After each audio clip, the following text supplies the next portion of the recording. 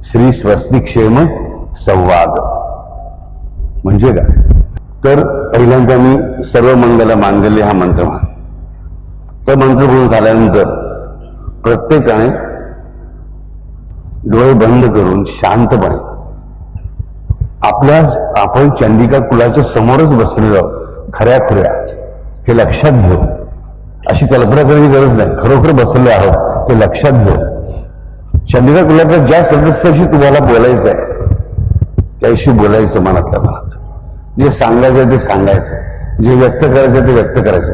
साडे वेळ गप्पा मारल्यात ते हरकत नाही, पण तोंडानं काहीही बोलायचं नाही. सगळं मनातल्या डोळे बंद करून शांत बसायचं.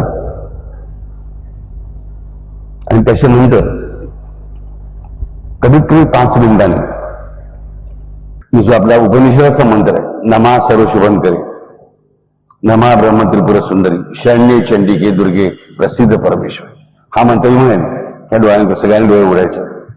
ह्या 5 मिनिटांमध्ये तुम्हाला अशी मुभा आहे की तुमचा प्रत्येक शब्द न शब्द, तुमचा प्रत्येक खरा भाव हा डायरेक्टली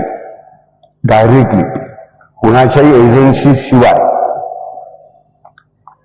कुणाच्याही मीडियम शिवाय, कुणाच्याही मध्यस्थी शिवाय डायरेक्टली त्या संपूर्ण त्या चंडिका कुलाच्या त्या सदस्याला आणि मुख्याने संपूर्ण चंडिका कुलाला अव्याहतपणे जाऊन पोहोचा.